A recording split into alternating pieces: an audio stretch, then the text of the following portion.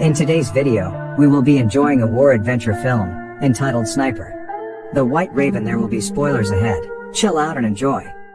The movie begins with Mykola Vornenko, a mathematician, physicist, and ecologist, saying goodbye to his pregnant wife, Nastya, as he leaves for work on a bicycle. They live in a very peaceful area in Ukraine's Donbass region, a 2-hectare land. They are considered the first eco-settlers in the area. Mykola parks his bike and goes to the school he's teaching at.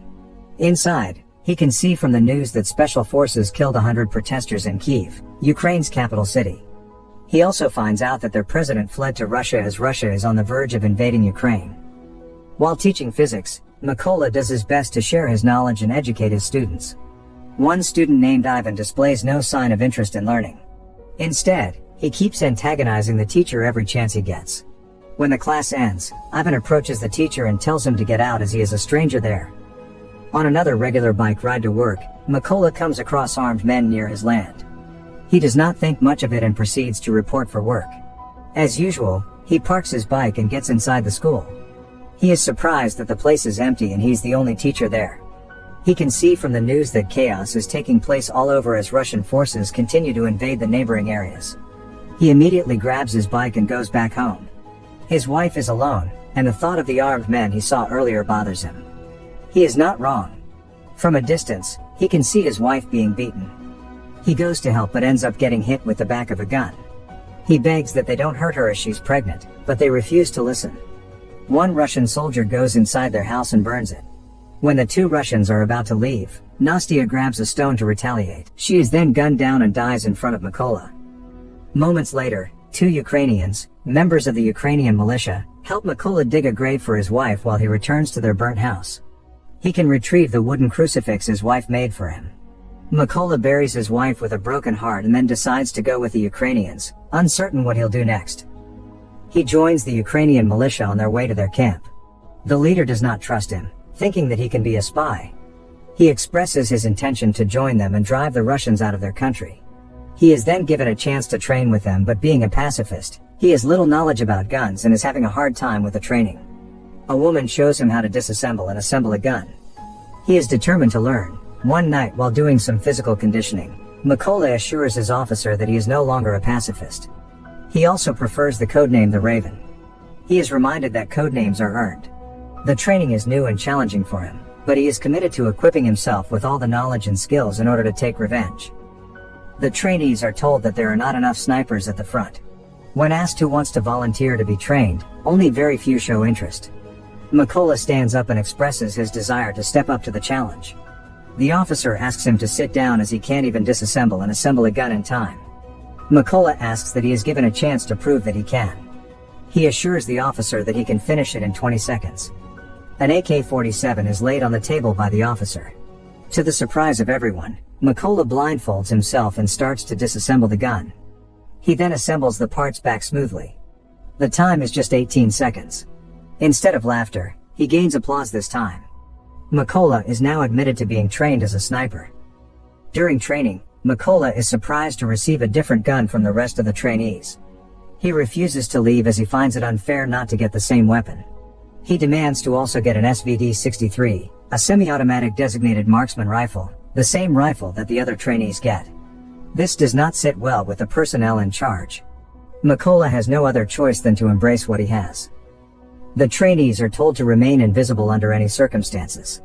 Part of the test is for the trainer to shoot a few inches from them. If they react, they will fail. Most trainees fail the test. Mykola does not flinch despite the loud noise and the risk involved in this training. Another is for their scope to be covered once the target is sighted. Mykola misses. Even if he knows that he does not have the best weapon, Mykola does not use it as an excuse. When the training focuses on computation, Mykola impresses the lieutenant colonel as he is able to calculate the answer before his fellow trainees can. His being a mathematician comes in handy. Mykola passes the sniper's training. One day, Mykola is told by the lieutenant colonel to pack his things. He is part of the team to be sent to a checkpoint that has been captured by the Russians. The team immediately secures its position. Each sniper has its own target. When they are about to execute their plan, a car heads toward the checkpoint. The lieutenant colonel stops them from shooting. The couple in the car are asked to come out of the car and present their passports. Once cleared, they are allowed to leave, but the guy's passport is kept. The guy wants his passport back, but the Russian who took it refuses to hand it back to him. This results in a commotion. The girl is slapped, and the guy gets shot with a gun. The lieutenant colonel gives them the go signal to shoot. All the Russians are then killed. The lieutenant colonel congratulates the team on their first successful mission. When they return back to their command post, Mykola looks for his friends and fellow trainees. He's told that they are on a separate mission. Later on, he finds out that one of them is brutally killed by a sniper. One day, the team is sent on a mission again. Explosives are set up, and the trigger is concealed with a leaf. When the Russians are getting closer, Mykola is surprised to see his former student with them. Ivan, the student who was always antagonizing him. All the Russians are killed when the explosives are detonated, including Ivan. The lieutenant colonel tells Mykola to not feel that bad as Ivan made his decision. While resting, the lieutenant colonel grabs a photo of his family. Mykola asks if he can take a look at it. The officer tells him that his two daughters don't know the nature of his job. He has an agreement with his wife to keep his job with them. What they know is that he is on a business trip. The lieutenant colonel sees the crucifix he's been carrying. He asks if it's an amulet. Mykola tells him that it symbolizes family to him. Ukrainian forces secure the trenches by the border while the snipers are in position. It's just a matter of time before Russian forces will pass by. Meanwhile, the Russians are preparing to invade the region. Mykola sees the man who killed his wife from his scope.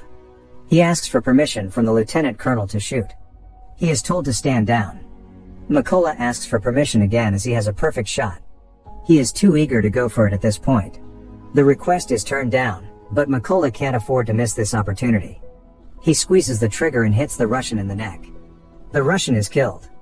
The officer is disappointed that his order was ignored. Without their knowledge, a Russian elite sniper named Sari is also in a position to spot their location. The lieutenant colonel spots Sari. He tells Mykola where the sniper's location is, but the Russian is too fast to react. The officer is then killed. Mykola now knows that their location is compromised.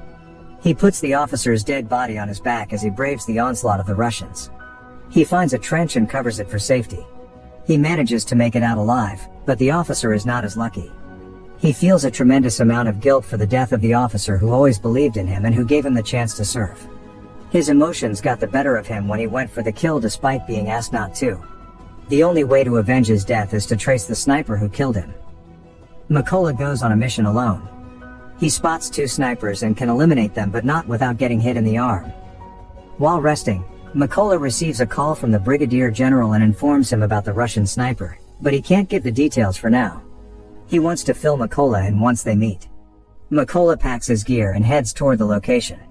This is his opportunity to know more about the Russian sniper. The brigadier general informs his men what the Russian sniper is capable of doing. He has already eliminated 5 of their snipers and 3 machine gunners. He is a force to be reckoned with. They have an idea where his favorite position is based on the kills he made. He does not change position. One Ukrainian soldier suggests covering the area with mines, but the officer is opposed to the idea. He lets Mykola explain the reason why they can't just do that as he is from the area. Mykola explains that there's chlorine storage in the location where the sniper is hiding, and using explosives to kill him can cause environmental issues. All of the snipers are then given their assignments. The officer makes it clear that once the secondary targets are eliminated, he wants Mykola to climb up the building and kill the Russian sniper. They are then dismissed. All snipers are in a position to attack. Mykola confirms that he is now in position after crawling toward the target area. He manages to sneak up behind 2 Russians and immediately kills them both. One of the 2 was the same person who went to his place. The other snipers lock their subjects and wait for the go signal. They then manage to wipe out their targets after doing a countdown to shoot at the same exact time. Sari notices that his lookouts are not reporting back anymore. He leaves his post to check what's going on outside. Another Russian sniper also leaves his post to investigate as there seems to be an issue with their communication. They do not know that Mykola is closing in and just waiting for that perfect moment to shoot and kill them both. Sari checks one of the snipers outside. The sniper appears to be still in position. He is surprised to find out that the sniper has been shot dead. He calls for a backup. He is told to wait for 10 minutes for the team to arrive. Sari goes back to his position and fixates his eye back on his scope. He notices a wooden crucifix near him. Before he can react, Mykola then jumps on his back and stabs him in the neck. The other sniper also goes back to his post. When he does, a grenade is detonated, and he is killed as well. The movie ends with the backup that Sari was anticipating is now here. A Russian officer calls Sari on the radio. Mykola answers the call and tells him that they will answer for what they did to Crimea, another territory that the Russians also invaded. Mykola then kills him. Russian soldiers come out of the trucks, but they have no match against the Ukrainian snipers, who are well positioned to finish all of them. When the smoke clears, Mykola goes back to his place and visits the grave of his wife. While his mission to avenge her death is completed, the job is not done yet. Thanks for watching. Subscribe for more videos like this and help the channel grow.